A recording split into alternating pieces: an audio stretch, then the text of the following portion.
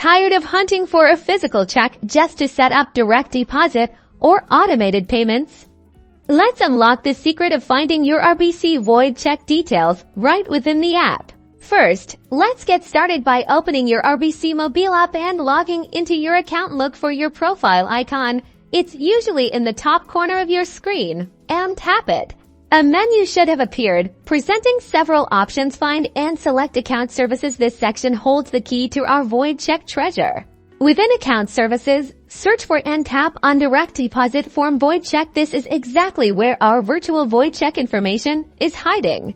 Voila! Your direct deposit information is now displayed. This includes your branch transit number, bank institution number, and account number. All the details you need. You can now securely copy or share this information to set up your direct deposit, automated payments, or whatever you need it for.